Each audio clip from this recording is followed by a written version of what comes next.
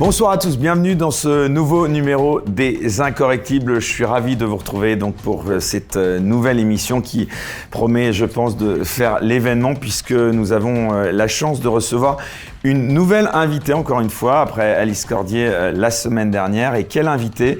Cette invitée était relativement discrète, on va le dire, jusqu'à ces dernières semaines. Et puis, subitement, elle est sortie de l'anonymat puisqu'elle a fait la une, c'était d'ailleurs dimanche dernier, jour pour jour, du journal de dimanche. Et c'est à la suite de cette une que je l'ai contactée. Et étonnamment d'ailleurs, elle n'a pas fait beaucoup de médias, mais comme quoi on peut avoir une existence médiatique grâce aux réseaux sociaux, puisque vous avez tout au long de la semaine été au centre des débats. Et je pense que ce n'était pas forcément ce que vous recherchiez, en tout cas là à l'instant T. Mais en tout cas, bon, il y a eu beaucoup de personnalités qui se sont exprimées aussi, notamment un tweet de Marion Maréchal. On va en reparler, vous l'avez compris.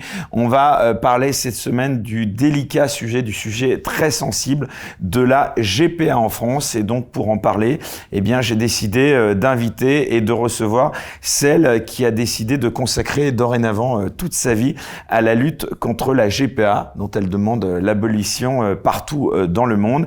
Et c'est d'autant plus surprenant qu'elle est elle-même issue justement de cette GPA, donc gestation pour autrui. On est ravis de la recevoir. Bonsoir Olivia Morel. Bonsoir, merci à vous de me recevoir aujourd'hui. Je suis ravie d'être ici. Eh bien nous aussi, on est ravis, d'autant plus contents que vous n'habitez pas à Paris. Vous avez eu un emploi du temps particulièrement chargé, donc on a pu trouver l'occasion de vous avoir. Donc merci beaucoup d'avoir accepté cette interview. Alors d'abord, en effet, c'est étonnant, après cette une, moi je pensais que vous alliez être débordé de demandes d'interview et je sais pas, je suis étonné, je vous ai pas vu sur les chaînes info cette semaine, sur BFM, ni même sur CNews. C'est étonnant ça, non? Aujourd'hui, toucher les médias mainstream sur un sujet que... Vous n'avez pas été invité? Alors j'ai été invitée pour un débat avec BFM TV, c'était lundi dernier. Ça s'est pas fait à la dernière minute. J'ai été aussi, en tout cas, invitée par CNews indirectement, puisqu'ils m'avaient annoncé toute la semaine sur CNews. J'ai pas encore reçu d'invitation de leur part. Donc voilà, les médias mainstream aujourd'hui, c'est très compliqué de les atteindre, très compliqué. Parce que malheureusement, aujourd'hui, on voit que les belles histoires dans ces médias-là.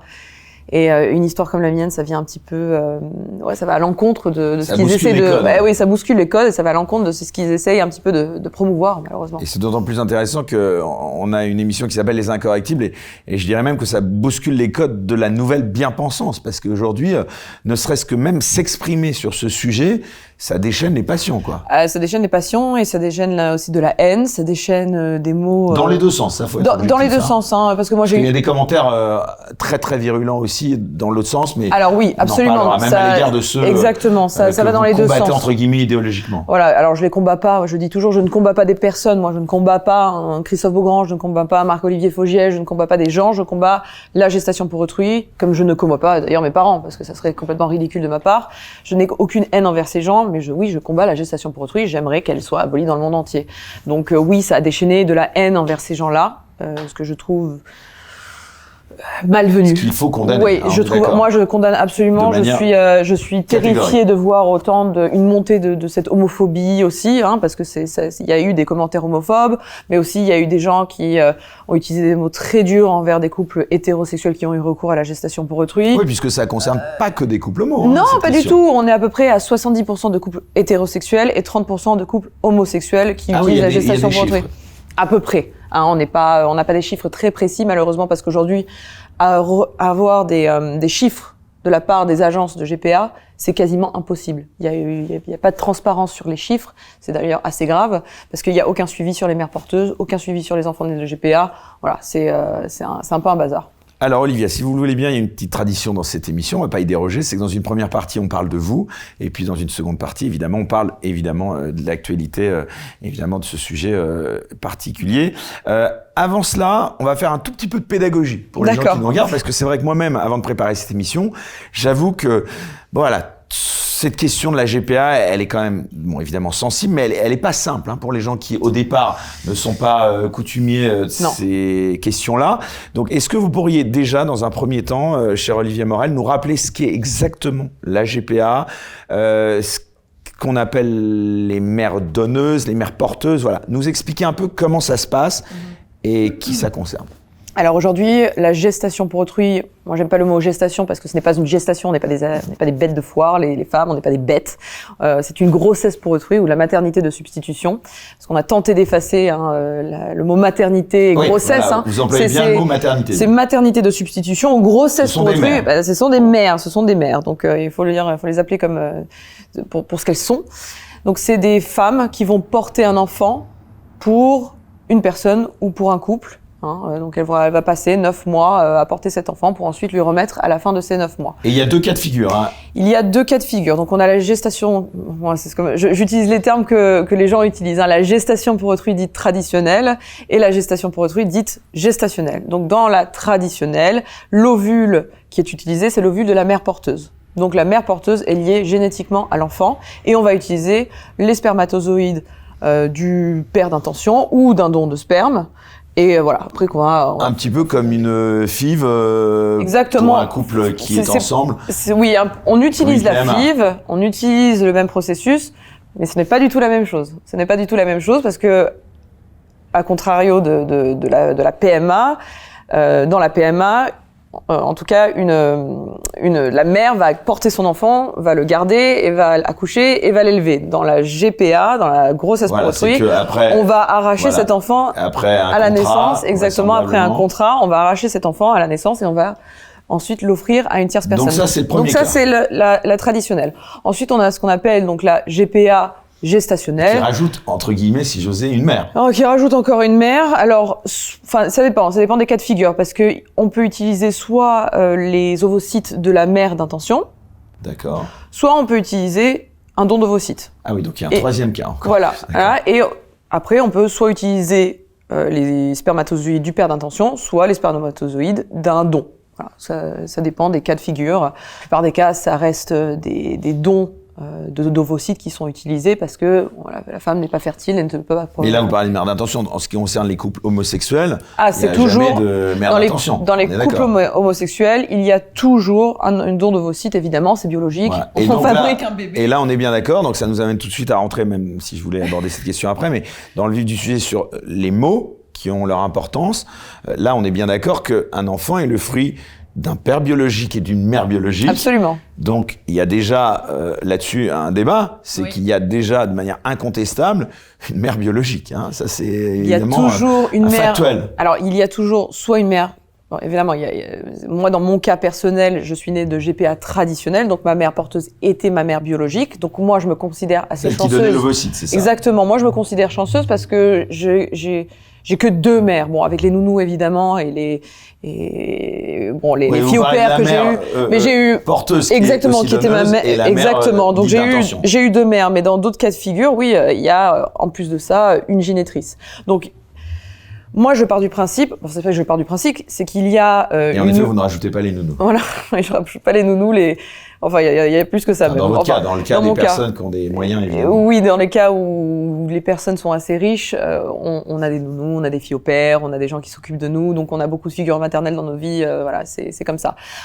Bon, après, je pense qu'il faut rappeler qu'il y a une loi romaine qui est quand même irréfragable, c'est mater semper certa est, la mère est toujours connue, donc la mère, c'est celle qui accouche. Toujours. C'est pour ça d'ailleurs que dans chaque GPA, une mère doit renoncer à ses droits parentaux avant la naissance avec un pre-birth order, voilà, par contrat, ou soit après la naissance. Mais dans tous les cas, elle doit renoncer à ses droits parentaux. Alors, en parlant justement de l'égalité, on rappelle aujourd'hui qu'en France, la GPA est interdite. En France, aujourd'hui, c'est interdit, oui. En France, aujourd'hui, à l'heure actuelle, c'est interdit. C'est pas ce que Devin va nous prévoir. En tout cas, ce qui n'est pas interdit... légal, notamment aux États-Unis. C'est légal aux États-Unis, mais ce qui n'est pas aujourd'hui illégal en France, c'est d'aller à l'étranger et de revenir avec un enfant. Ça, c'est pas illégal. Voilà. C'est ce qui va se passer, c'est ce que va faire l'Italie. Parce qu'en Italie, il est interdit de faire une GPA dans le pays, évidemment. La GPA est interdite. D'ailleurs, je crois que l'amende est d'1 million d'euros environ. mais ils sont en train de voir pour criminaliser l'acte d'aller à l'étranger et de revenir avec un enfant. Ah, et auquel cas, là, c'est aussi interdit à l'étranger, parce que là, c'est dans le cadre d'un délit. Enfin, ce qu'on se considère en France, c'est considéré comme un délit, c'est ça? Non, aujourd'hui, non. Aujourd'hui, on peut revenir avec un enfant, il n'y a pas de produit en France, il y a pas de souci. Non, mais la GPA aujourd'hui, pratiquer la GPA aujourd'hui en France, c'est considéré comme un délit. Exactement, exactement. Donc là, en Italie, en tout cas, je trouve qu'ils prennent le bon chemin. Ils sont conscients qu'aujourd'hui, il y a leurs citoyens italiens. Et pourquoi c'est important ce que vous dites là? Parce que si si c'est criminalisé au sens vraiment le plus important du terme, ça voudrait dire que, étant de nationalité italienne, même à l'étranger, lorsqu'ils reviennent en Italie, ils seraient passibles d'emprisonnement et d'une grosse amende. Donc ça voudrait dire que ils vont tenter d'empêcher au maximum les Italiens d'aller s'acheter un enfant à l'étranger, ce que je trouve totalement normal. Pour moi, selon moi. Là, voilà, c'est tout le débat qu'on va avoir dans une seconde partie sur la notion d'achat ou pas, puisque évidemment, vous comprenez bien que les mots sont quand même violents, parce que autant à votre égard que à l'égard de ceux qui ont été pratiqués ces GPA, évidemment, les termes d'achat, ils les contestent formellement, bien sûr, même si vous allez nous donner votre point de vue. Alors, avant cela, donc je disais, on va un petit peu parler de vous, si vous le voulez bien. Vous me dites si je me trompe.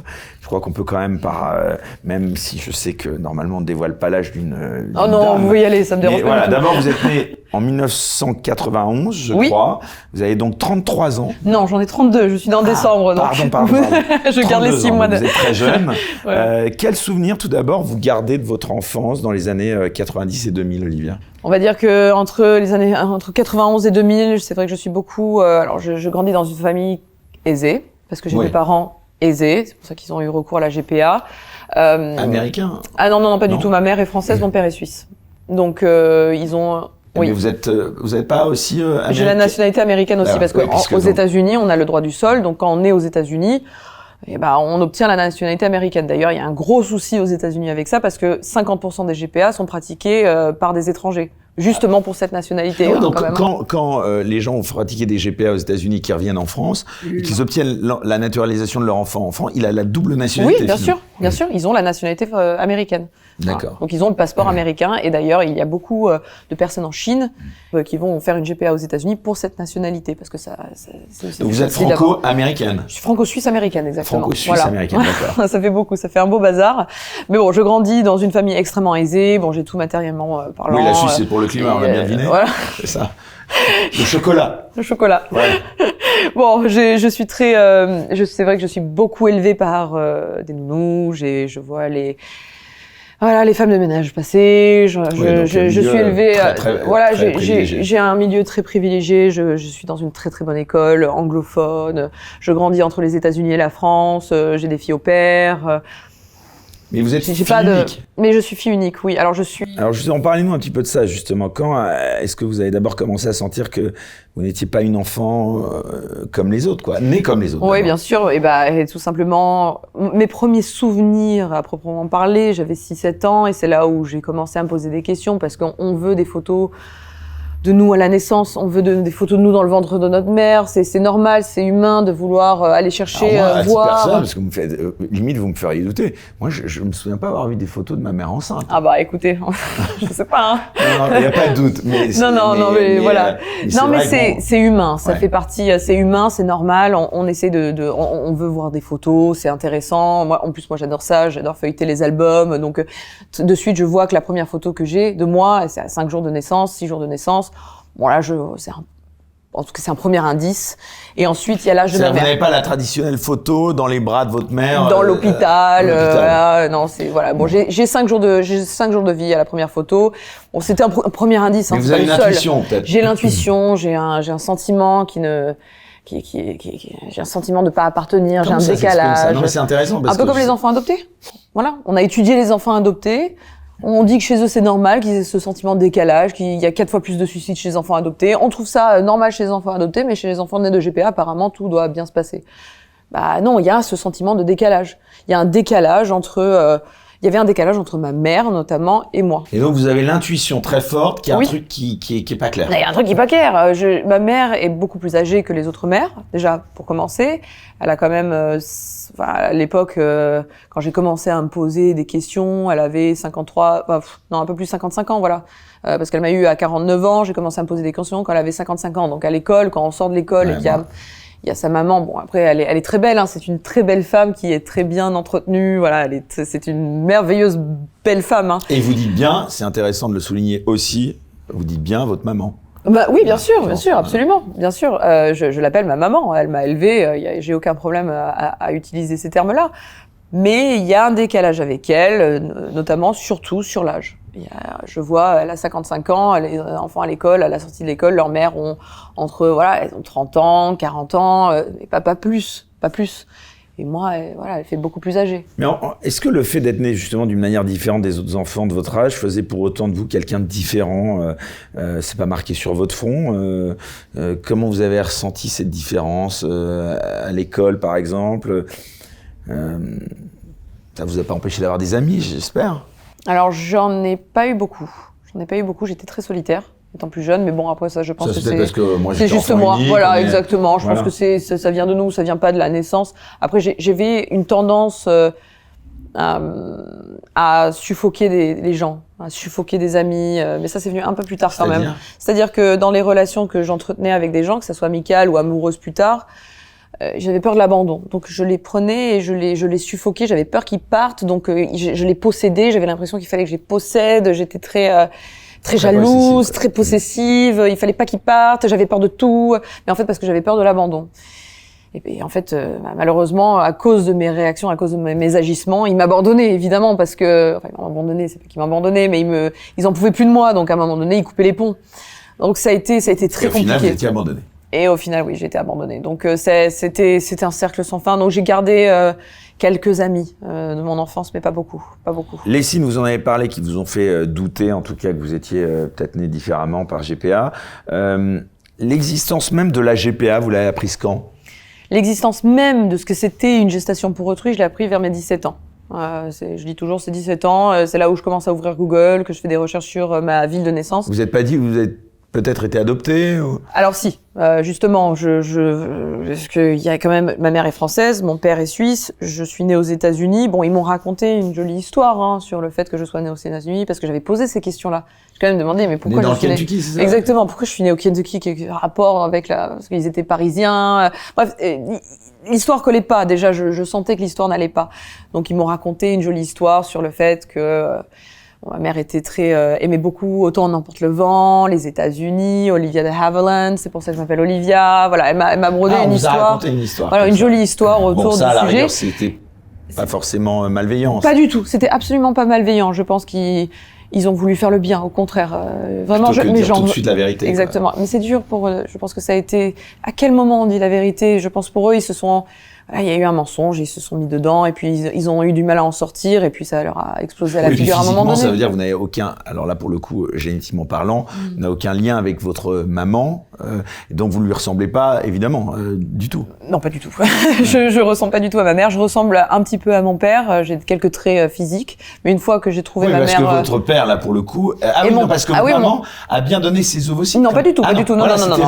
C'est la... Oui, pardon. Ma mère porteuse. La mère porteuse. C'est compliqué, Non, mais c'est intéressant. Donc c'est tout à fait normal que vous ne ressembliez pas pas du tout. à votre maman, à la maman qui vous a élevé. Non. Mais en revanche, il est normal que vous ressembliez à votre père, puisque lui, c'est son sperme. Exactement. Qui a, entre guillemets, été utilisé, oui. C'est lui qui faisait les allers-retours pour donner justement le spermatozoïde. Et donc donneuse. Exactement. Donc c'est pour ça qu'il y avait quand même un décalage physique entre ma mère et moi. Ma mère est beaucoup plus petite que moi, je fais 1m78, 1m80, elle en fait 1m65 tout juste, très foncée de peau, les yeux vraiment, elle a des très beaux yeux, mais les yeux marrons, elle est très typée très typée méditerranéenne, quoi. Elle est une très belle femme, attention, hein, magnifique femme. Mais je lui ressemblais pas du tout. Moi, je suis grande, je suis plutôt scandinave. Ah oui, vous avez évidemment. Commencé à devenir ado. Ah oui, un petit peu quand même. On se compare. Enfin, mesuriez pas 1m78 à 5 ans, quoi. Donc. J'ai grandi très très vite. J'ai eu des soucis, oui. Donc j'ai atteint ma taille à 11 ans. Donc, vous voyez, j'ai grandi très vite. Donc, c'est vrai qu'il y avait un décalage et je le ressentais. Donc, c'est pour ça qu'à 17 ans, j'ai fait mes recherches. La première chose que j'ai faite, c'est pas, j'ai pas tapé de suite agence de GPA. J'ai tout d'abord pensé à l'adoption. Parce que même si je savais que mon père c'était mon père, mais je savais pas trop comment formuler la chose.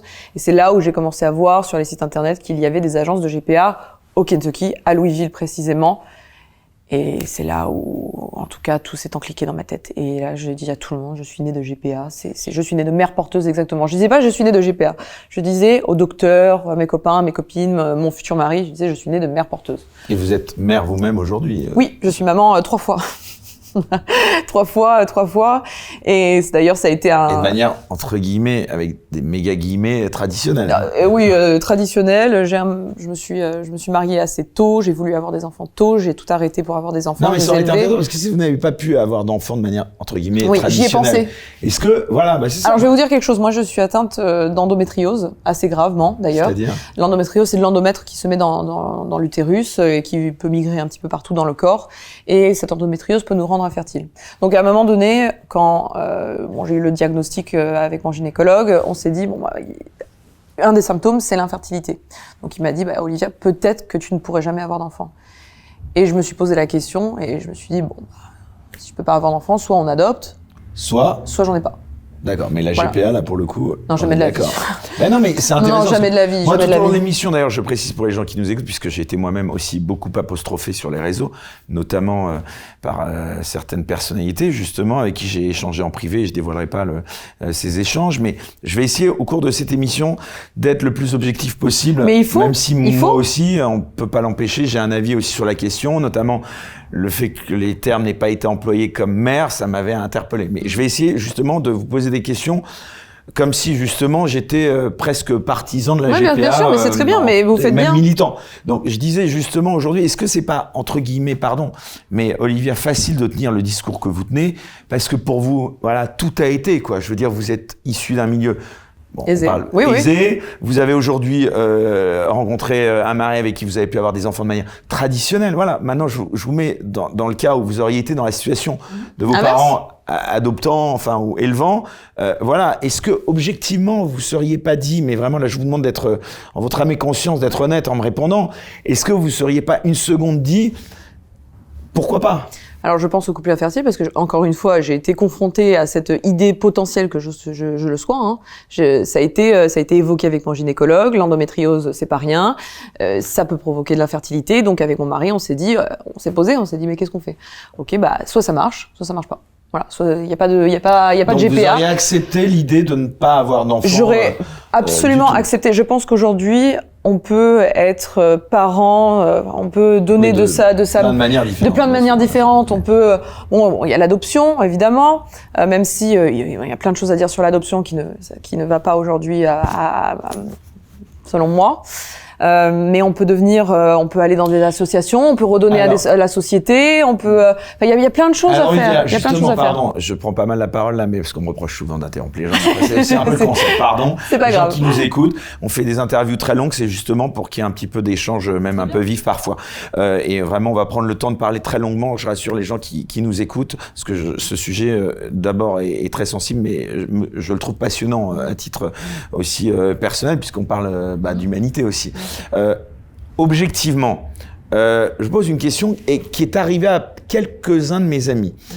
Vous êtes amoureux d'un homme, si vous êtes hétéro, vous êtes avec quelqu'un, voilà, vous ne pouvez pas avoir d'enfant. Cet homme dont vous êtes éperdument amoureux veut absolument avoir un enfant. Ces cas sont arrivés extrêmement fréquemment. C'est-à-dire qu'un homme dise à sa femme, écoute, je suis désolé, mais voilà, moi je veux un enfant, donc si on ne peut pas avoir d'enfant, malheureusement je suis désolé, mais je t'abandonnerai ou j'irai voir une autre femme.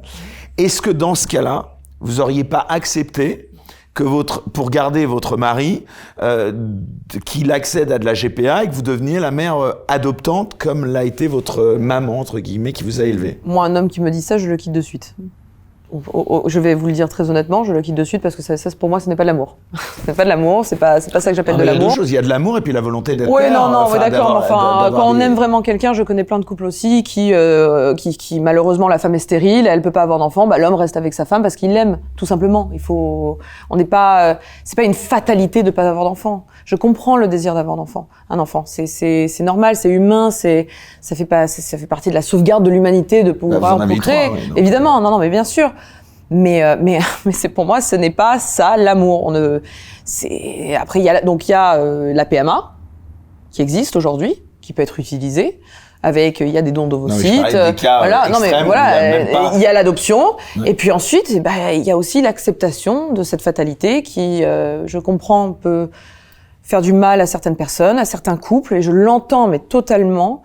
Mais ceci n'est pas un droit. Il n'y a pas de droit à l'enfant. On n'a pas le droit à l'enfant. Les enfants, ils ont des droits, on doit les respecter. Les femmes ont des droits, on doit les respecter. Mais on ne peut pas s'asseoir sur les droits des enfants et des femmes pour le désir d'un adulte de procréer. Ce n'est pas possible. Et ce n'est pas entendable pour moi. Vous êtes croyante ? Non, pas du tout. Ah oui, pas du tout. Non, je suis complètement athée. Parce que justement, je pensais que, ça aurait pu être un discours tenu par quelqu'un très pratiquant religieusement. Oui, on me le dit souvent, mais non, pas du tout. Je suis athée, 100% athée. J'ai été baptisée catholique, j'ai des parents catholiques, mais moi, je ne pratique pas, je ne crois pas en Dieu.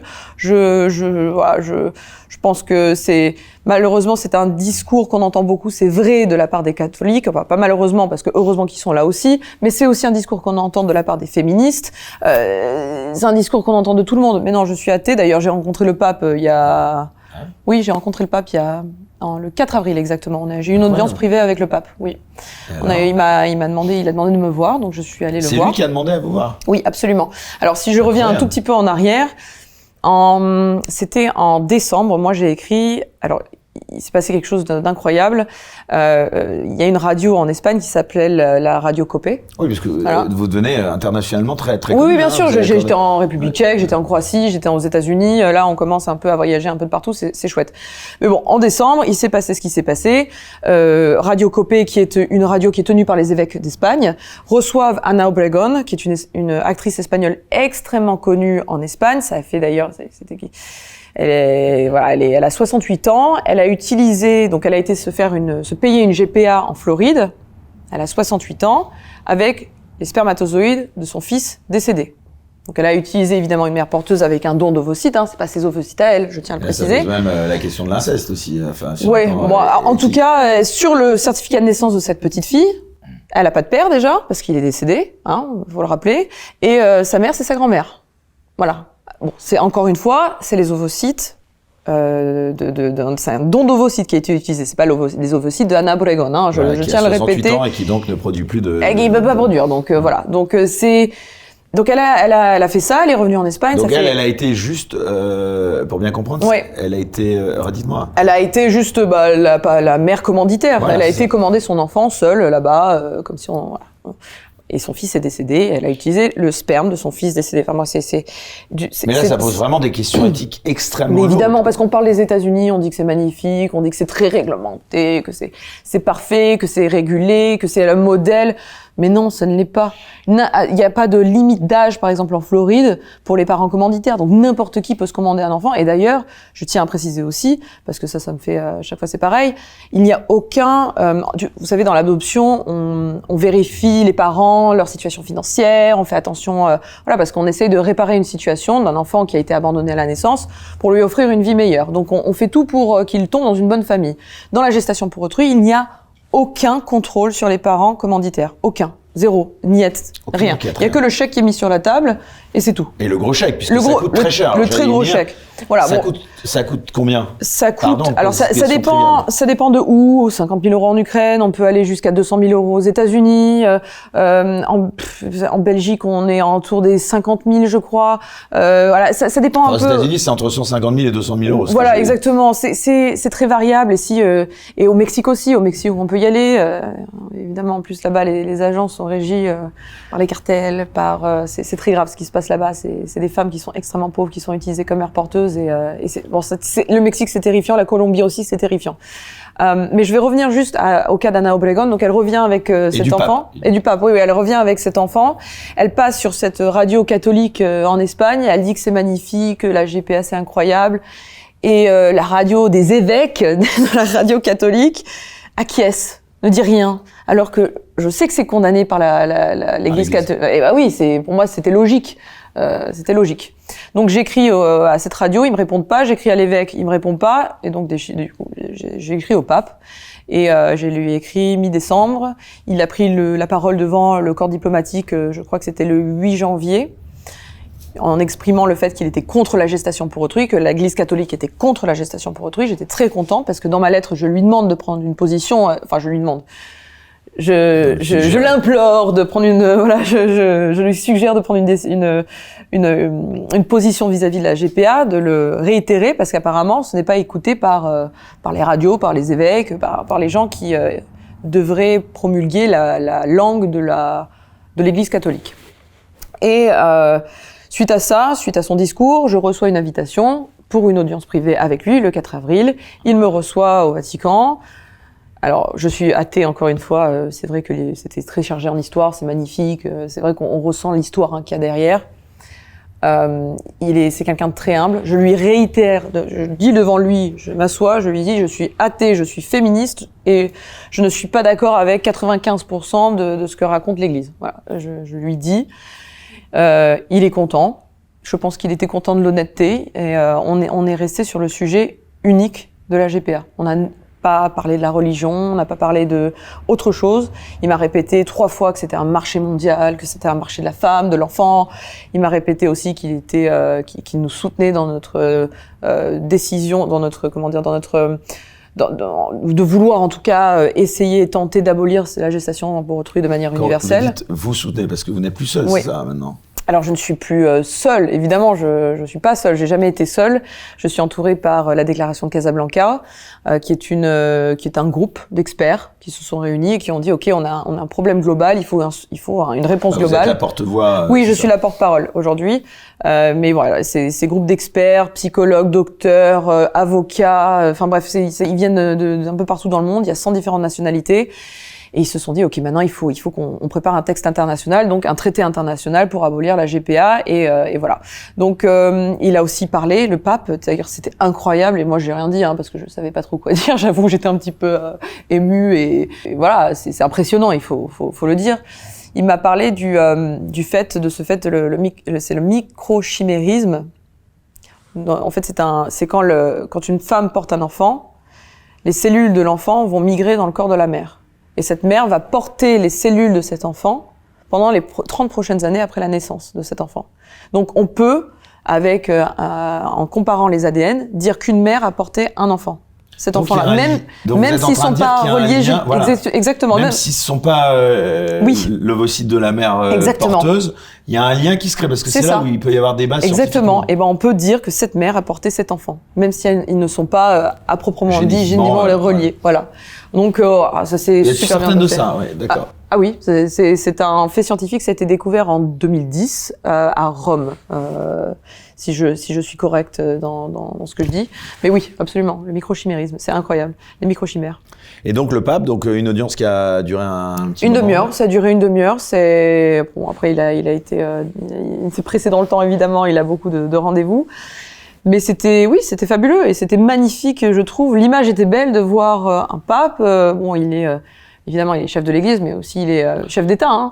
En face d'une féministe athée, et que sur ce sujet très précis de la GPA, on peut s'accorder.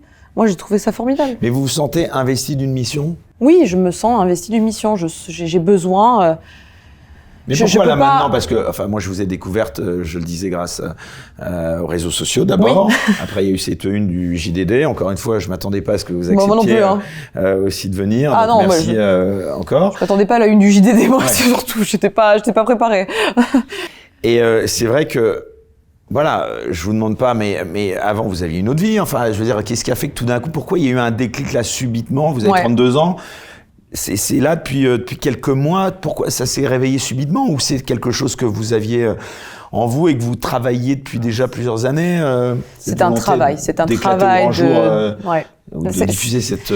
C'est un travail de longue haleine. C'est un travail avec des psychologues. C'est un travail avec des. Il y a beaucoup, beaucoup de souffrance. À quelques personnes à qui je parlais, c'est que je peux entendre, et évidemment, on l'entend qu'il y a de la souffrance, évidemment, chez des couples qui peuvent pas avoir d'enfants, mais il faut préciser que la GPA, c'est évidemment d'abord la conséquence de gens qui veulent évidemment avoir des enfants parce qu'ils peuvent pas en avoir. Pas tout le temps. Mais voilà, Paris Hilton, moi j'ai été halluciné. Pas tout le temps, oui. J'ai appris donc que Paris Hilton qui a eu un petit bébé, moi j'étais persuadé qu'elle avait été enceinte, et non. Non, pas du tout. C'est-à-dire qu'elle, c'est dans un but de pas avoir mal ou de pas accoucher. Enfin, je sais pas, mais je pose la question. De ce qu'elle raconte, je dis bien de ce qu'elle raconte, quand on lit, de ce qu'on dit qu'elle raconte. Voilà, elle avait fait une émission de télé il y a quelques années de ça. Je sais plus dans quel show c'était, mais c'était un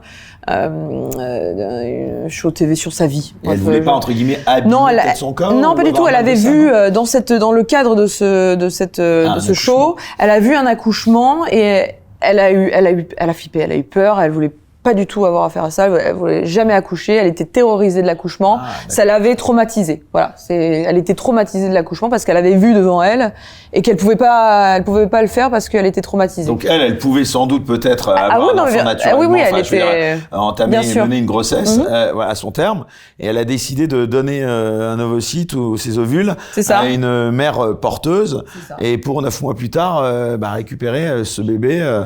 Ce qui est tragique, c'est que encore une fois, je n'ai rien contre cette femme qui sûrement veut faire le bien. Oui, d'une femme. Là, je parle d'une femme. Non, mais c'est pas une question d'homophobie. On ramène toujours à l'homophobie, aux homosexuels, mais c'est pas la majorité des cas. On voit plus d'homosexuels, c'est sûr, sur les réseaux sociaux, parce que un couple hétérosexuel, ça passe plus discrètement, je dirais, parce que on sait que dans un couple homosexuel, il faut évidemment, ils peuvent qu'utiliser la GPA pour avoir un enfant de leur gène. C'est la seule manière de faire. Après, il y a d'autres manières de devenir papa. Ils peuvent adopter, il y a plein de choses qu'ils peuvent faire. Mais voilà. Donc, mais c'est la majorité des cas, c'est des couples hétérosexuels, et il y a même des parents solo, je le rappelle. Mais Paris Hilton, ce qui est tragique, c'est qu'elle a des traumatismes. Et ce que je trouve terrible, et bon, je vais essayer de ne pas la juger autant que je peux, parce que j'aime pas juger les gens, parce que je pars du principe que j'ose espérer qu'elle n'ait pas fait ça pour faire du mal.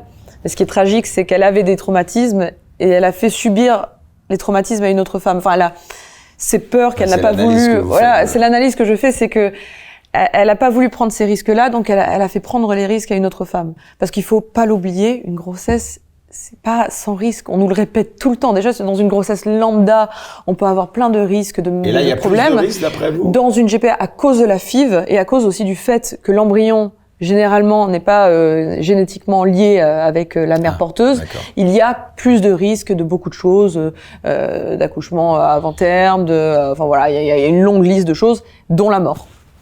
D'accord. Alors avant de revenir à vous, justement, c'est intéressant que vous ouvriez ce débat aussi sur les souffrances potentielles que vous soulevez, qui pourraient donc concerner les mères porteuses. Moi, dans les discussions privées ou publiques que j'ai avec plusieurs personnes, beaucoup m'ont soutenu que la plupart, alors c'est évidemment à remettre peut-être en question, mais de ces femmes étaient parfaitement consentantes. Donc est-ce que vous contestez que dans tous les cas, il n'y ait jamais de consentement, on va dire, alors au-delà de l'aspect financier, puisque évidemment il y a une rétribution.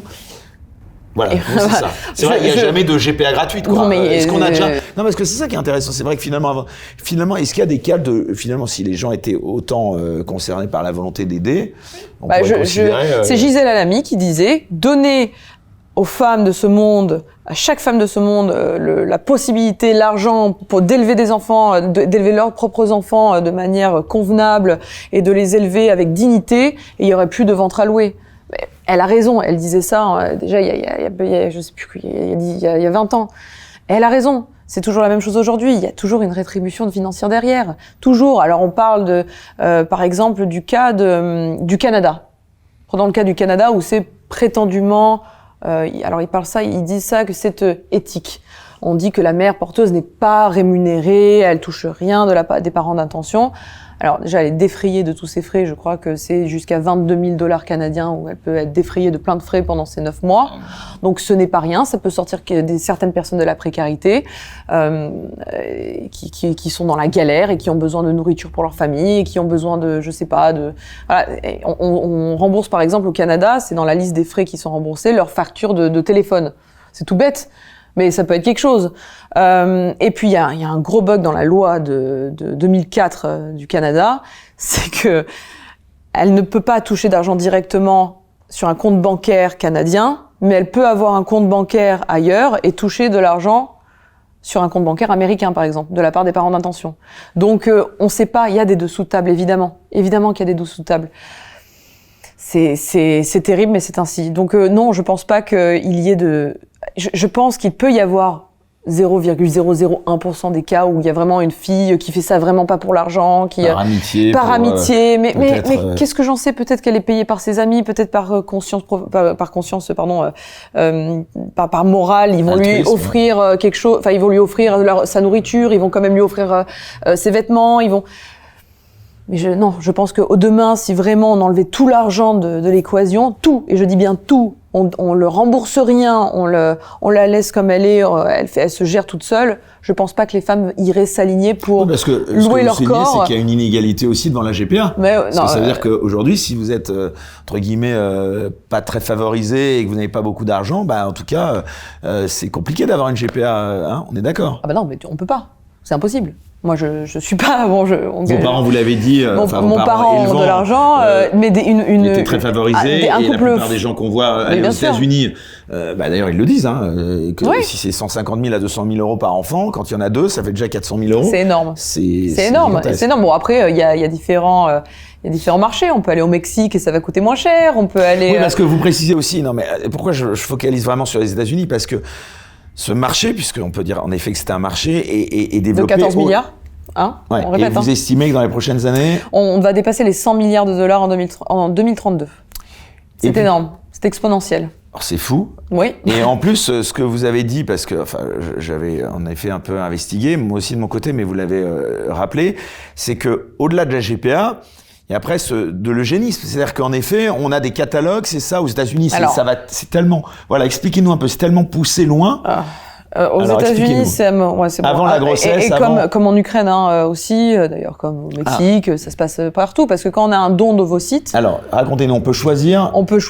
Sur catalogue, on choisit sa donneuse par rapport à des critères bien définis. La couleur des yeux, la couleur des cheveux, la taille, les mensurations, le poids, enfin voilà, il y a toute son éducation aussi. L'intelligence même. L'intelligence, bien sûr. Il y a eu une campagne publicitaire d'une agence dont je ne citerai pas le nom, mais qui a proposé aux donneuses d'ovules, si elles ont fait Harvard, Yale et tout ça, si elles sont bien jolies, top modèles, si c'est des belles femmes bien éduquées, elles peuvent gagner pour un cycle de FIV, de donner ces ovocytes, elles peuvent gagner 200 000 $. 200 000 $. Ouais, c'est-à-dire qu'il y a un marché en face. Il y a un marché en face de dons d'ovocytes aussi. C'est dégoûtant. Il y a peut-être des gens qui seraient prêts à dépenser ces sommes-là.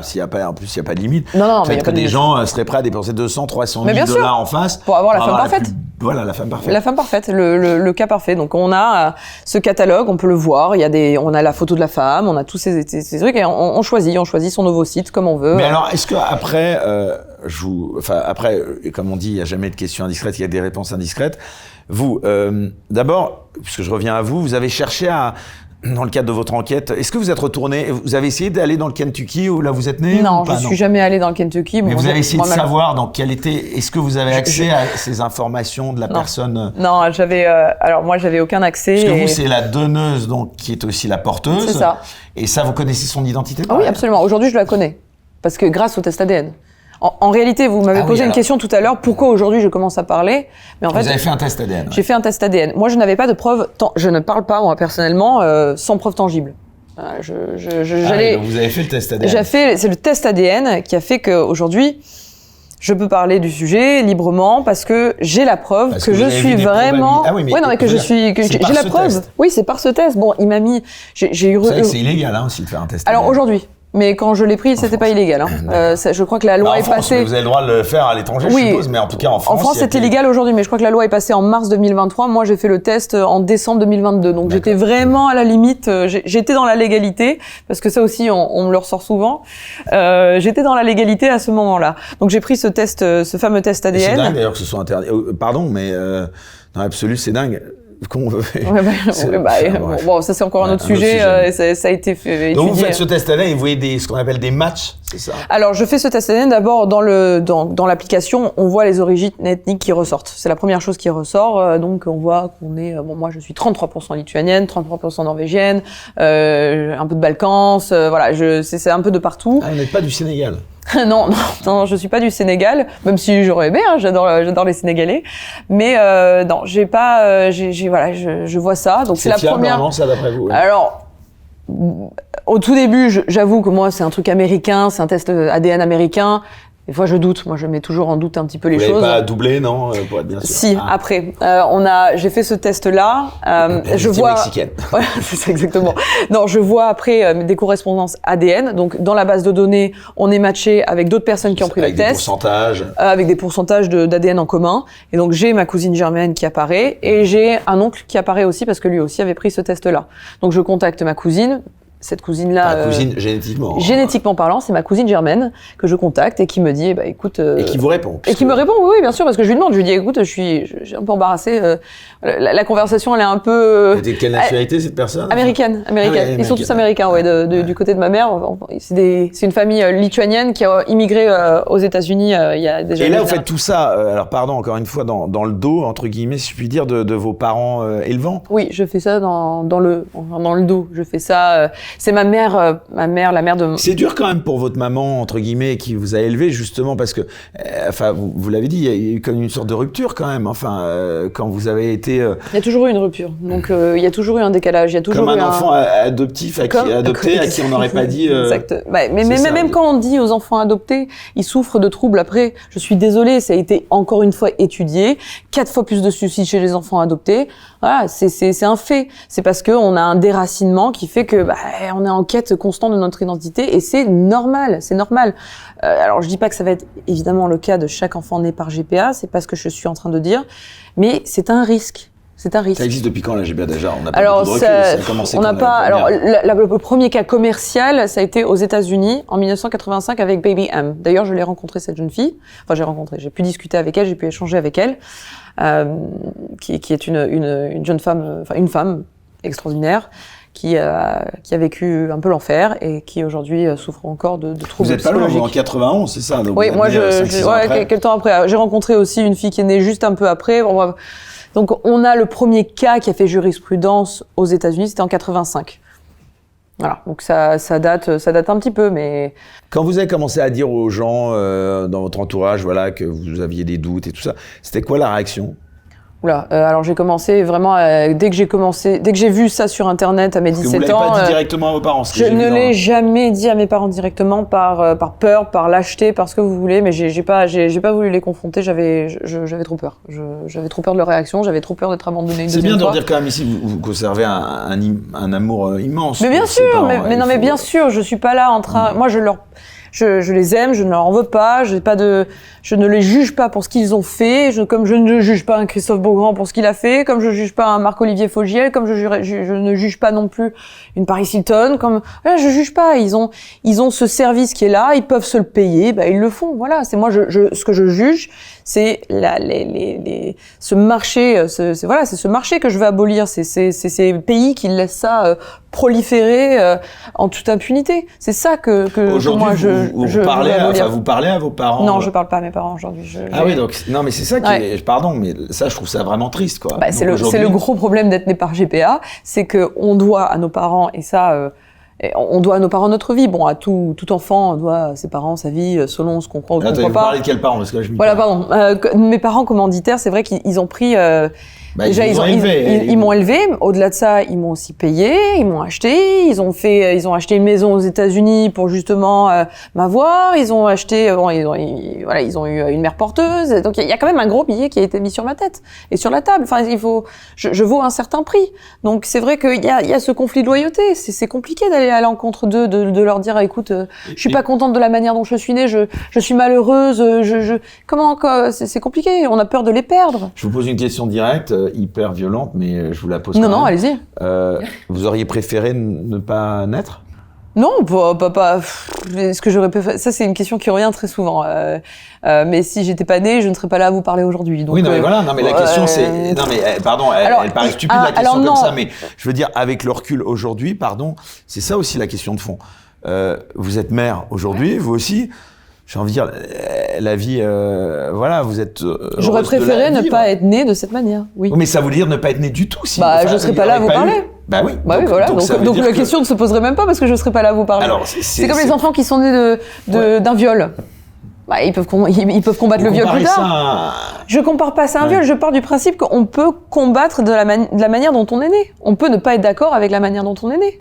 C'est tout à fait. C'est tout à fait. C'est parce que moi personnellement, à titre personnel encore une fois, et je parle pas au nom de tous les enfants nés par GPA. Je remets encore ça sur la table parce que ça revient souvent. Je sais que ça peut affecter l'enfant et je sais aussi que ça peut affecter une femme parce que j'en suis une. Donc c'est important de le dire aujourd'hui. Donc oui, j'ai une vie compliquée. J'ai sombré pour combler ce manque de mère et ça je suis suivie, je le répète, par des médecins, je suis suivie aussi par des psychanalystes, je suis suivie par des psychologues, je suis très suivie moi médicalement parlant parce encore aujourd'hui bien sûr, j'ai une psychanalyste que j'adore et heureusement qu'elle est là, je suis suivie par un psychiatre et moi je leur dois ma vie aussi un petit peu parce qu'ils m'ont sauvée. Parce qu'il y a eu des moments non, il y a eu des moments très très compliqués où j'ai sombré dans la drogue, dans l'alcool, dans les tentatives de suicide, dans beaucoup de choses. Donc il y a eu une très grande partie de ma vie qui a été extrêmement sombre et violente. Oui, absolument. Et il y a eu aussi malheureusement, à cause de tout ça, un viol. Il y a eu beaucoup de choses qui se sont accumulées. Et l'amour, pardon, mais comme on oppose à toutes ces difficultés souvent, l'amour, parce que l'amour c'est quand même aussi important dans la vie. L'amour de vos parents qui vous ont élevé n'arrivaient pas à compenser ces souffrances ? Je parle jamais de mon enfance. Je suis en train d'écrire un livre sur mon enfance parce qu'on me dit souvent, Olivia, t'es ingrate, t'as été aimée, t'as tout eu. Alors il y a pas des gens qui vous reprochent d'exploiter ça aussi limite Non, mais je l'exploite pas. Mais en tout cas, l'amour ne fait pas tout, l'argent ne fait pas tout. C'est pas parce qu'on a été désiré qu'on va avoir une vie parfaite. Vraiment. C'est pas parce qu'on a été désiré par GPA qu'on va avoir une vie idéale, parfaite.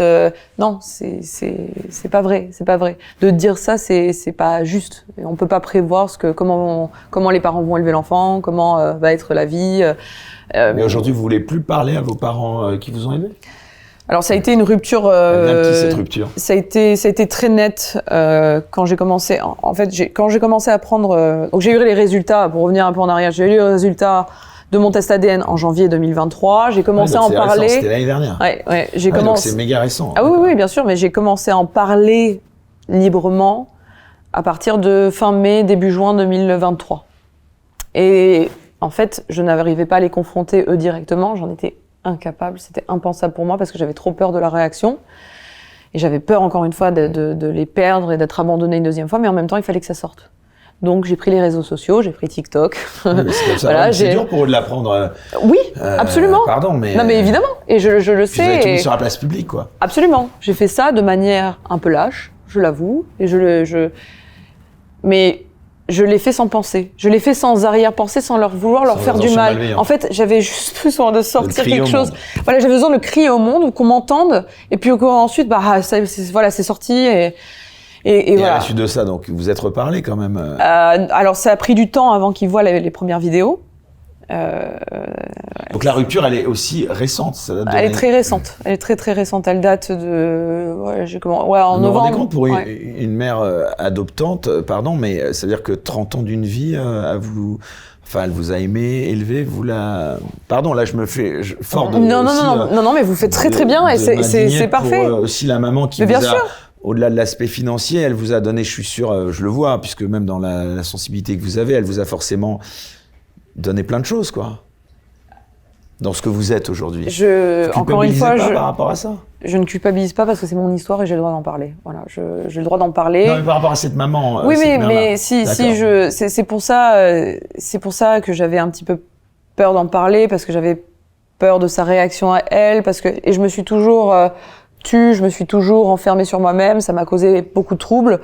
Donc, à un moment donné, il fallait que ça sorte et voilà, encore une fois, dans mes vidéos, il y a beaucoup de souffrance. Il y a beaucoup de souffrance, oui, mais je ne la pointe pas du doigt à elle ni à mon père. Je ne leur en veux pas. C'est pas un procès que je fais à eux. Et d'ailleurs, au tout début, quand on a arrêté de se parler, je savais que ça allait venir. Hein.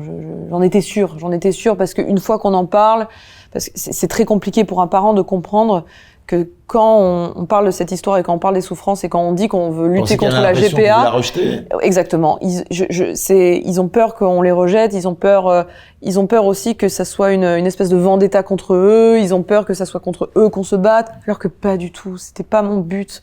Moi, je voulais pas leur faire de peine. Je voulais pas leur faire de mal. Ça reste mes parents. Voilà. Ben justement, c'est pour ça, j'ai envie de dire, moi, ce que j'aimerais juste, c'est que, j'ai rien à aimer, à souhaiter, mais ce que je veux dire, vous êtes de facto mise en situation aujourd'hui d'orpheline de mère que vous aviez quand même malgré tout, même si elle était adoptante, quoi. Je veux dire, c'est dur même pour. C'est comme vous envisagez pas de pouvoir lui reparler. Pour l'instant, j'ai besoin. Voilà. Pour l'instant, alors moi j'ai une vie. J'en parle pas. Je parle pas de mon enfance. Je protège tout ça des médias. C'est forcément lié. Pourquoi je vous pose aussi autant de questions et que je vous demande un peu, que je gratte un peu ces questions-là de souffrance, c'est les gens qui nous regardent vont peut-être se dire, cette personne, elle a peut-être des problèmes psy, mais qu'elle aurait eu tout à fait de la même façon si elle n'était pas née par GPA. Donc, qu'est-ce qui vous permet de faire un lien entre cette naissance par GPA et l'ensemble de... C'est l'abandon à la naissance de la mère. Tout simplement. Vous êtes certaine? Alors, c'est pas que je suis certaine, mais c'est qu'il y a un consensus médical autour de moi quand même. Je le répète, je suis suivie d'un point de vue médical. Ça, c'est les psys qui le disent, d'accord. C'est pas juste les psys, psychiatres. C'est quand même, on a fait une analyse, on fait des analyses, je suis suivie, je suis toujours en analyse d'ailleurs. Mais l'abandon, l'arrachement de l'enfant, de moi, ma mère à la naissance, ça a causé un vide, mais un vide. Oh, mais vous étiez pas au courant au début? Mais je n'étais pas au courant au début, mais je le sentais, mais comme tout enfant adopté. C'est la même chose, on le sent à l'intérieur de nous. J'ai encore du mal à comprendre comment les gens n'arrivent pas à... Parce que l'adoption et la GPA, c'est pas du tout la même chose. On est d'accord sur le principe même. Mais dans les sentiments, c'est la même chose. Dans l'abandon à la naissance de la mère, c'est la même chose. On sépare un nourrisson de sa mère. Et dans le cas de l'adoption, c'est malheureusement un nourrisson qui a d'abandonné. Si vous vouliez en vouloir à quelqu'un, vous en vouliez aussi Non, j'en veux à personne. Non, j'en veux à personne. Parce que j'ai envie de dire, ce qui est très violent, c'est en effet de faire la démarche, je reprends vos mots, d'acheter un enfant, mais la démarche, est aussi très violente d'abandonner un enfant si on est mère porteuse, que soit donneuse ou pas. Vous voyez ce que je veux dire? Là, je Bien sûr. Mais il y a aussi un truc violent, moi, je trouve, par rapport, justement, à l'enfant plus tard. On peut se dire aussi, la maman, alors vous m'avez dit que la maman, porteuse était la maman aussi donneuse. Cette personne-là, vous pourriez aussi dire, mais comment tu as pu... Mais je lui ai demandé.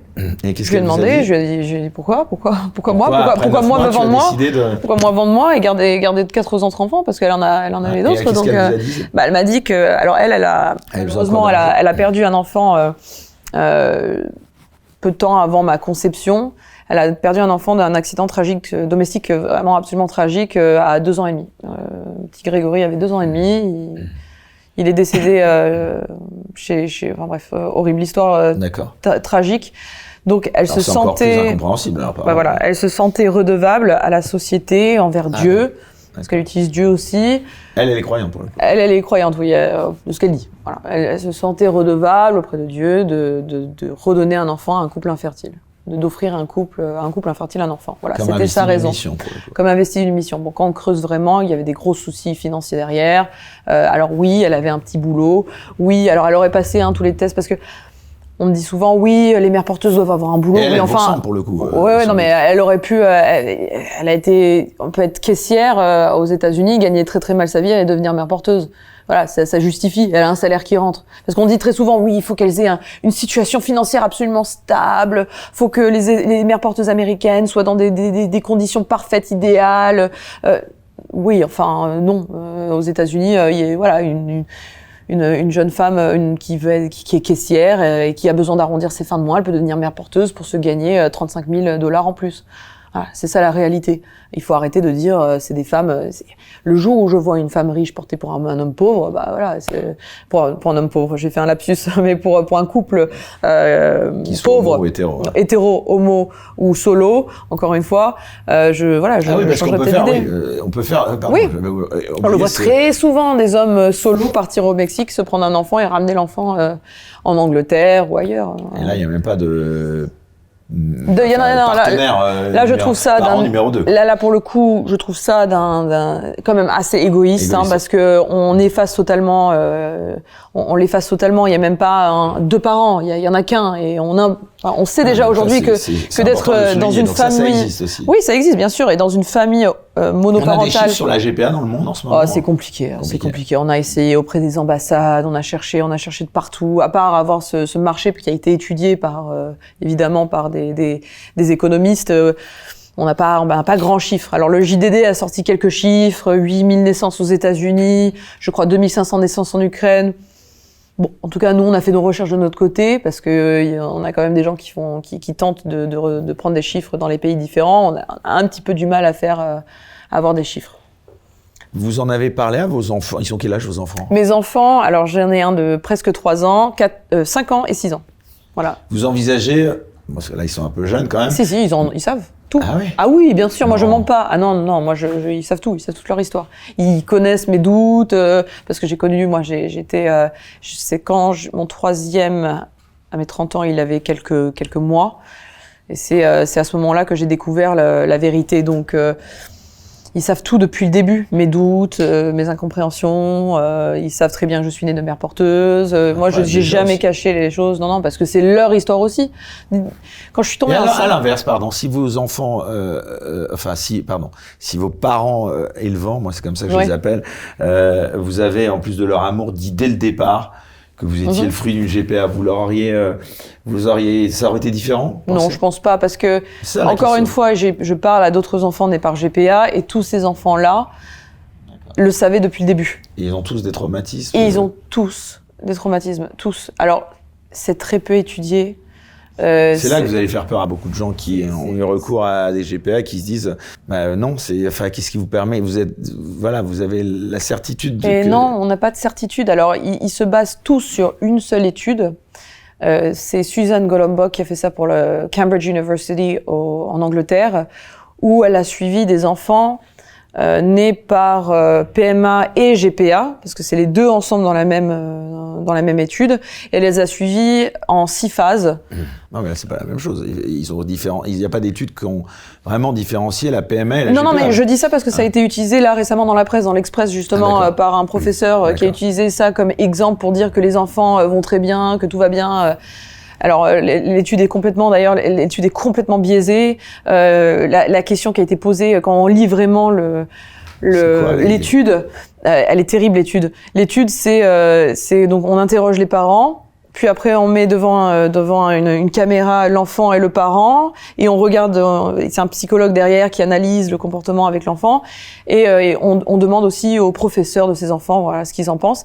Et bref, il était posé la question de savoir si ils étaient quel était leur sentiment sur le fait d'être nés par PMA ou par GPA. Les 2 réponses qu'ils pouvaient donner, c'était soit indifférent, soit heureux. Voilà, c'est les 2 réponses. Il n'y avait pas « je me sens malheureux ». Il n'y a pas cette réponse-là. Parce que ça a été utilisé dans l'Express, ça a été utilisé encore sur RTL, parce que ce monsieur parle beaucoup de moi en ce moment en disant des choses complètement terribles sur moi. Bon, c'est pas grave, je lui en veux pas. C'est qui ce monsieur? C'est un professeur.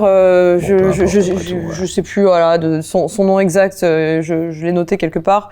Mais en tout cas, voilà, il ressort cette étude-là. Il n'est pas concerné directement au sens. Non, mais c'est toujours, je sais pas pourquoi. Alors, j'ai rien contre les hommes. Attention. Ouais, je vais faire un truc très féministe, mais c'est vrai. C'est toujours des hommes qui sont là sur les plateaux télé, en train de nous dire comment utiliser nos utérus et comment on peut être libre d'utiliser nos utérus.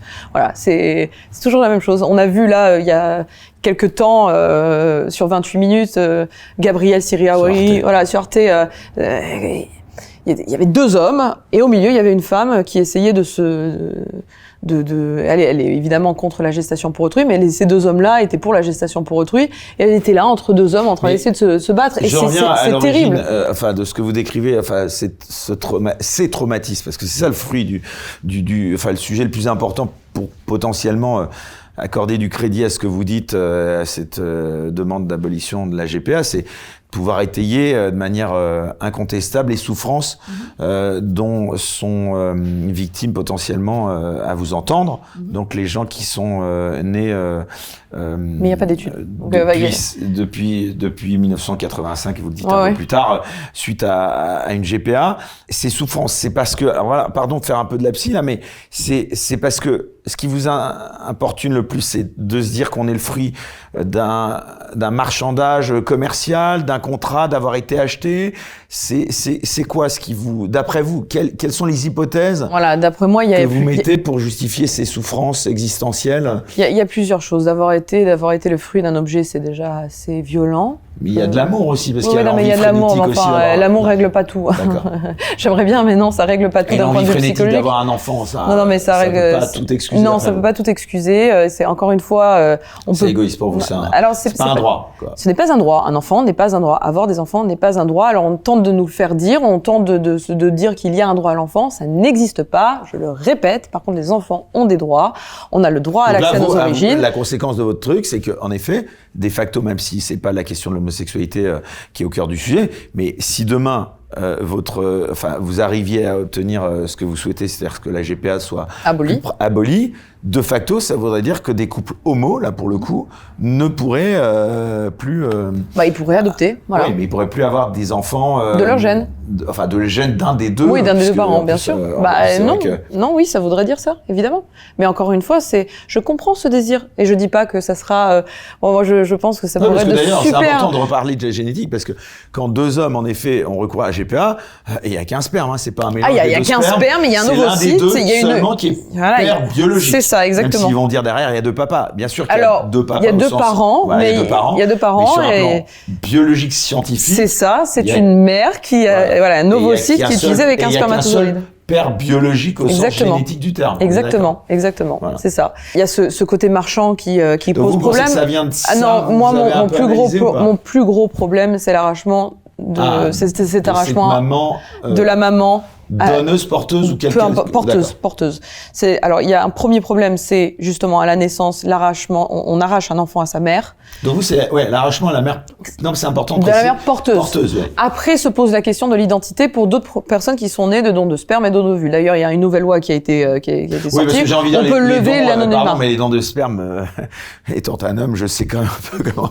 Enfin, j'ai pas spécialement étudié la question du don de sperme, mais je veux dire, il y a plein de gens qui font des dons de sperme, et je pense pas que ça induit un traumatisme du côté, peut-être du côté enfant issu de ce don de sperme, peut-être, mais enfin, ça aide à des couples infertiles d'avoir des enfants, mais en tout cas, du côté des hommes, ça, c'est pas trop invasif sur un plan de la souffrance pour le donneur de sperme. Ah non, pour le donneur de sperme, c'est pas du tout invasif, c'est sûr. Non, c'est assez facile. La donneuse d'ovocytes, c'est autre chose. C'est un peu plus compliqué, là. C'est un peu plus compliqué parce qu'on la pompe d'hormones, on la met comme sous. Ah oui, donc là, c'est pas tout à fait aussi simple. Non, la pompe d'hormones, on ponctionne des ovocytes, on la shoot d'hormones pour qu'elle produise, on la surstimule pour qu'elle produise le maximum d'ovocytes possible.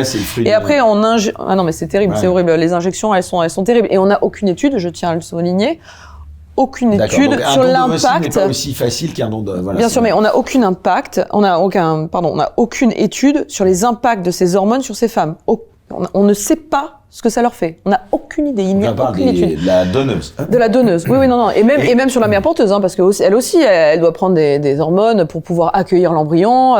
Plus qu'une mère qui serait enceinte en grossesse classique, quoi. Oui, déjà dans une grossesse classique, on n'est pas en train on se pompe pas d'hormones évidemment, mais dans une PMA, prenons la PMA. Moi, je suis totalement pour la PMA.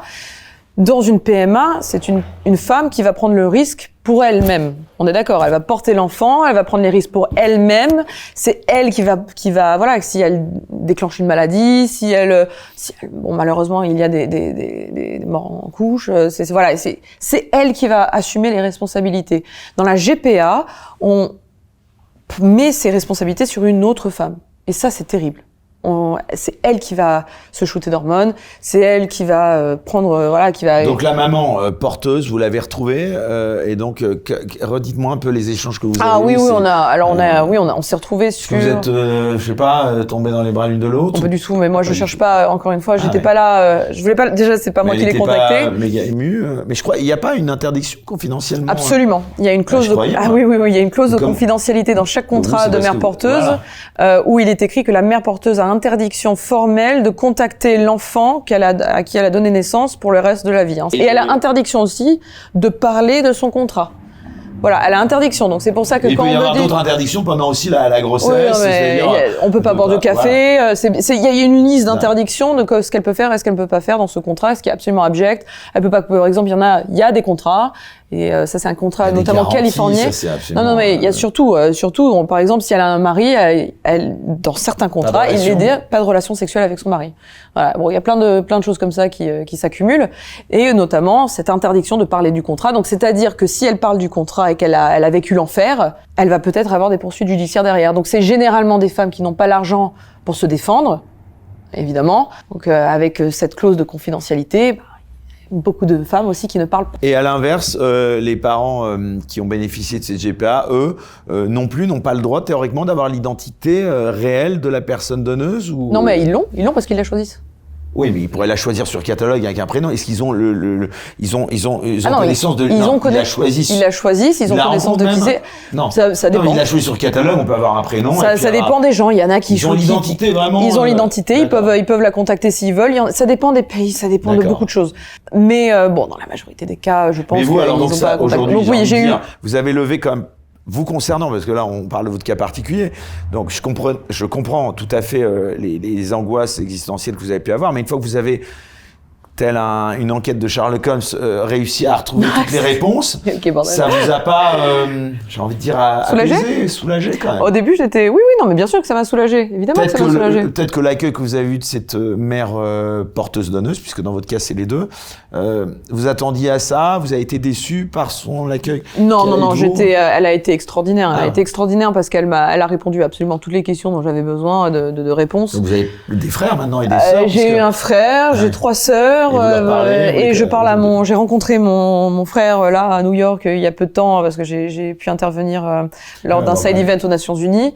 Incroyable ça. C'était incroyable. Franchement cet amour. Bon, déjà vous parlez couramment évidemment américain. Oui, je parle anglais. Vous êtes aujourd'hui, non mais ce qui est incroyable, c'est que vous êtes aujourd'hui, reçu donc aux Nations Unies. Vous avez parlé. Alors j'ai parlé dans le cadre, c'était la semaine consacrée au statut de la femme, le CSW. Il y avait un petit événement, un side event comme on appelle, sur le thème de la gestation pour autrui et sur toutes les horreurs que la gestation. Et les médias américains derrière ça, alors j'ai eu le Washington Post qui en a parlé, mais bon, c'est quand même un commerce aux États-Unis, il faut pas l'oublier. C'est un marché ultra lucratif avec un lobby qui est énorme. Et je ne fais pas de complotisme parce qu'on a les chiffres de ces 14 milliards, 130 milliards dans quelques années. Donc oui, il y a un lobby, mais qui est énorme. Les chaînes de télé américaines n'ont toujours pas. Non. Je suis passée sur Fox News. Je suis passée sur Fox News. J'ai eu un petit entretien sur Fox News. Mais c'est très compliqué de faire passer le message aux États-Unis aujourd'hui. Oui, sur les médias et même en France. Regardez, même en France, c'est interdit en France. C'est compliqué d'être dans les médias mainstream. Donc aux États-Unis, c'est un commerce. Pensez bien que c'est compliqué d'aller dans les médias et de dire tout haut que la GPA, ça peut causer des problèmes aux enfants. évidemment. Donc là, vous allez les actions futures, vous allez donc écrire un livre. Je suppose que ça aussi, ça va évidemment faire beaucoup parler. Aux États-Unis, non, il n'y a pas de gens qui vous demandent. Vous avez toujours des liens très forts avec les États-Unis ou Oui, pas bien sûr, mais j'ai toujours eu des liens très forts. D'ailleurs, quand j'ai dans mes anciens, j'ai des journaux intimes quand j'étais petite. C'était écrit en anglais parce que j'écrivais en anglais. Je ne suis pas française, je suis américaine. Mes gènes sont américains. Je veux rentrer aux États-Unis. D'ailleurs, j'ai imploré mes parents de retourner aux États-Unis parce que j'en avais besoin. Donc on est reparti aux États-Unis. On a vécu de mes 10-11 ans jusqu'à mes 18 ans, on a vécu là-bas à temps plein. Parce que j'ai un appel des gènes, j'ai besoin d'aller là-bas. Et selon les États, c'est différent. Vous disiez en Floride. Ça dépend des États. Il y a la législation des fers dans tous les États.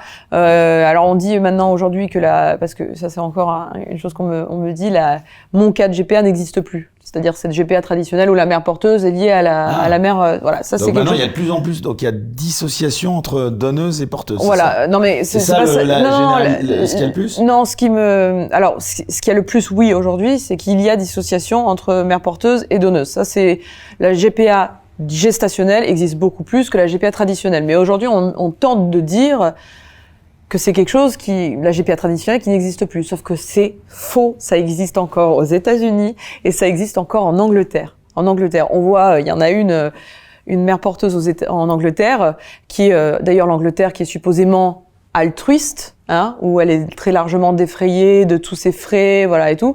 Et cette jeune femme, les parents commanditaires lui payent des voyages autour du monde à côté.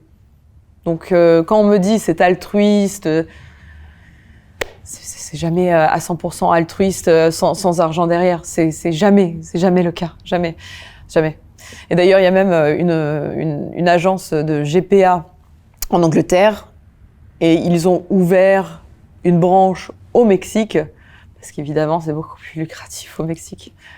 C'est terrible. Vous voulez dire qu'il y a presque un tourisme de la GPA. Mais non, mais évidemment, on choisit selon le pays qui nous convient le plus, avec les législations qu'on veut, avec aussi tous les frais que ça. Parce qu'aux États-Unis, c'est ça. Je parlais des États parce que selon les États, c'est comme des mini-pays. Les lois sont pas les mêmes, donc en effet, le Kentucky. On peut choisir l'État, on peut choisir le pays qui nous convient le mieux, selon la législation, selon qu'on délivre un passeport plus ou moins facilement, on a le choix, c'est un marché, donc vous pensez objectivement. Vous pensez vraiment, Olivier Morel, que vous allez réussir à... Enfin, ça ne veut pas dire qu'il ne faut pas mener le combat si vous estimez que ce combat, il est noble. Vous pensez que... Enfin, qu'est-ce qui est nécessaire pour, à terme, faire interdire... Alors, là où c'est... Vous pensez, par exemple, qu'en France... Oui, parce que c'est peut-être ça aussi la question qu'on peut vous poser, c'est... Vous pensez qu'on se dirige vers une légalisation de la GPA en France ? Non, je pense... Emmanuel Macron, on peut lui reconnaître ça. Oui, absolument. Non, mais bien sûr. À vous entendre, vous allez dire que c'est bien. Donc, le président a dit que c'était... C'était non. Voilà, au nom de la dignité. À ne pas franchir, exactement. Et d'ailleurs, on peut remercier Emmanuel Macron, et d'ailleurs, on peut remercier la SIAMS, qui est une association féministe française, c'est grâce à elle qu'il a pu préciser cela en 2017. Mais en France, aujourd'hui, je pense que... Alors, il y a certaines personnes qui sont pour la GPA parce qu'ils sont progressistes. Enfin, moi, je trouve pas ça progressiste. Voilà, on est d'accord là-dessus. Mais je pense qu'aujourd'hui, en France... Et c'est ça que j'aime avec la France, c'est on a encore ce sens de la dignité humaine. On a encore ce principe de la dignité humaine qui prévaut. Et on a encore ce principe de l'indisponibilité du corps humain qui est important pour nous. Et je pense qu'aujourd'hui, non, on n'est pas prêt de la légaliser en France. Évidemment, c'est toujours en suspens parce que... Donc vous êtes lanceur d'alerte pour, on va dire... avertir et rester exactement et rester alors comme on est aujourd'hui, mais aussi il va falloir commencer à réfléchir à comment interdire nos citoyens d'aller à l'étranger et ramener un enfant. Voilà. Alors donc moi, j'agis pas. Que ce soit davantage criminalisé, comme semble. Oui, être sur le point de mettre peut-être pas criminalisé au point de mettre en prison. Le terme est voilà, mais peut-être mettre des très très très grosses amendes qui vont dissuader. Peut-être que ça, c'est une solution. Oui, mais j'ai envie de dire, s'il y a des très grosses amendes et que les gens sont très riches, non, mais ça dépend. Ça dépend. Si on met 40 000 euros d'amende, c'est sûr qu'ils vont pas réfléchir, ils vont le faire quand même. Mais si on commence à mettre 2 millions d'euros, 3 millions d'euros, 4 millions, et ben là, les gens réfléchissent 4 fois avant de faire une GPA. Je suis intimement persuadée. Et est-ce que je pense que la GPA peut être abolie dans le monde? Oui, je le pense. Aux États-Unis, vous parliez d'un business florissant qui allait dépasser les 100 milliards de dollars. D'ailleurs, il y a une loi là qui vient d'être proposée, parce que vous savez très bien qu'aux États-Unis, comme je l'ai déjà dit, on peut, en tant que citoyen, comme personne étrangère, venir aux États-Unis, faire une GPA et l'enfant a la nationalité américaine. Donc c'est quand même un très gros problème. Il y a un tourisme pour ça, c'est dingue. Et là, il y a une loi, je viens d'avoir l'information, il y a une loi qui va se préparer. Et c'est assez incroyable d'ailleurs parce les consciences commencent à se réveiller même aux États-Unis. Il y a une loi qui se prépare où ils vont tenter que la GPA aux États-Unis soit praticable, soit utilisable ou que la GPA puisse être utilisée aux États-Unis uniquement par des résidents américains. Donc c'est déjà un gros pas pour les États-Unis, parce qu'on sait d'où on vient, c'est un commerce énorme. Faudra être de nationalité américaine. Faudra habiter aux États-Unis pour pouvoir. Habiter citoyen américain fiscalement parlant, donc 6 mois plus un jour, aux États-Unis pour pouvoir avoir une GPA. Donc, c'est qu'une proposition de loi, ça se trouve, elle va être envoyée aux oubliettes. Vous allez écrire, ou peut-être l'avez-vous déjà fait, à Donald Trump, à Biden, là vous les avez, puisque vous êtes américaine, née sur le sol américain. Alors, vous pourriez même être candidate à la présidentielle. Non, je veux dire, sur le papier. Voilà, oui, sur le papier, je vote américain. On peut être candidat à la présidentielle. Je fais ma déclaration d'impôt aussi. C'est le problème. Schwarzenegger, qui était pas né sur le sol américain. Vous essayez de sensibiliser. On est en année présidentielle aux États-Unis. Ouais. Vous intéressez à ça? Est-ce que vous avez tenté d'approcher vous avez des convictions politiques, Donald Trump, je sais pas? Non, j'ai pas de conviction politique américaine, mais j'ai pas tenté aux États-Unis parce que pour moi, les États-Unis, alors ça va être l'endroit le plus compliqué pour abolir la GPA parce qu'encore une fois, les lobbies, le marché, non, il y a pas les libertés parce que pour moi c'est mais c'est surtout liberté poussée c'est un marché extrêmement lucratif où il y a beaucoup d'argent sur la table, donc pour l'abolir, ça va prendre du temps, ça va prendre beaucoup de temps et c'est normal, c'est comme ça, donc je me suis pas encore trop penchée sur le cas des États-Unis. Il y a beaucoup de personnes contre la GPA qui, à l'heure actuelle, agissent aux États-Unis, agissent auprès de Biden, agissent auprès de Trump. Donc il y a des gens là-bas qui s'en occupent. Moi, c'est vrai que je suis plutôt du côté européen, donc je tente de faire ça à l'échelle européenne et pourquoi pas aussi mêler la Ligue arabe sur le sujet, parce que ça serait des bons alliés. Les opinions d'ailleurs, on parle des pays dits occidentaux. Eux, ils sont contre. Alors je vais pas parler au nom de la Ligue arabe, parce que je suis personne pour parler au nom de la Ligue arabe, mais dans ce que je vois, dans ce que je lis, dans les pays orientaux, on est contre la GPA. On est contre cette marchandisation du corps de la femme. De ce que je lis, encore une fois, En Asie? Alors, en Asie, c'est un peu plus complexe. On a Taïwan qui est en train de passer une loi peut-être pour la GPA. En Chine, c'est interdit. C'est assez complexe là-bas encore. Mais c'est beaucoup plus présent en Amérique latine, Amérique du Nord et évidemment en Europe. On va arriver bientôt au terme de cette émission. En tout cas, dans la dernière partie, j'aimerais qu'on prenne, si tant est qu'on puisse le faire, un peu de recul. Justement, je le disais, vous avez éclos sur les réseaux sociaux. On a beaucoup parlé de vous là depuis un peu plus de 15 jours. Il y a eu cette sortie donc de Marion Maréchal, on le rappelle, puisque c'est un peu depuis aussi ce tweet, puisque on rappelle donc c'était ce couple d'homos qui ont eu un enfant, et donc il y avait une photo et il y avait un tweet de Marion Maréchal qui disait je crois elle est où la maman. C'est ça, exactement. Vous en avez pensé quoi de ce tweet? Il y en a beaucoup qui ont vu de l'homophobie là-dedans. Alors je pense pas que ce soit de l'homophobie, parce que si ça avait été un couple hétérosexuel, la question aurait été la même. Où est ma maman? Parce que c'est un enfant à qui malheureusement on l'a arraché à sa mère à la naissance. C'est la même chose que ça soit dans un couple hétéro, homo, solo, encore une fois. Moi, à titre personnel, c'est la question que je me suis posée toute ma vie. Et je suis mes parents commanditaires adoptifs, comme vous voulez l'appeler, c'est un couple hétérosexuel. Donc c'est une question que moi je me suis posée toute ma vie. Où est ma maman? Qui est ma maman? Donc la question, je pense, elle était légitime de la part de Marion Maréchal Le Pen. Alors qu'on aime ou pas la personne. Qu'est-ce que vous répondez à ceux? Il y en a beaucoup qui vous taxent. D'ailleurs, j'ai même entendu. Ah bon ça commence à être taxé peut-être d'extrémistes de droite. Ça c'est l'argument des pauvres. Ouais.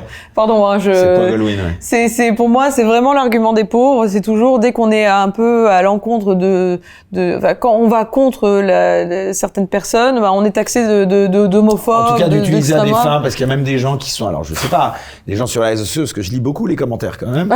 Il y a des gens qui ont laissé entendre que ce serait comme par hasard à un mois des européennes, utilisé à des fins politiciennes. C'est un sujet politique aujourd'hui, parce que c'est... Et après tout, pourquoi pas? Et pourquoi pas? Je vois pas en quoi c'est un problème. Ça touche la nation, la civilisation. Exactement. Donc ceux qui vont légiférer, c'est bien eux.